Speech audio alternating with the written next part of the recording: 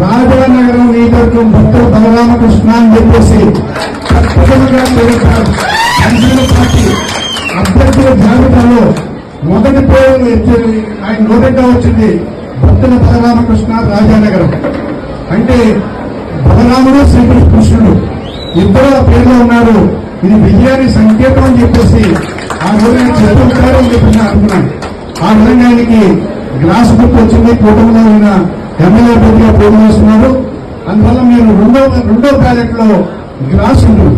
ఆ గ్లాస్ కి మీరు ఓటు వేయాలి. అక్కడికి వెళ్ళిన కన్ఫ్యూజ్ అవ్వద్దు ఎవరు కూడా. ఇంకా మోడల్ బ్యాలెట్ వస్తాయి. భక్తుల బలరామకృష్ణ అని చెప్పేసి ఇంకా 2-3 పేర్లు ఉన్నాయంట. పేర్లు కూడా వెళ్ళకండి, గుర్తు చూసుకోండి జాగ్రత్తగా.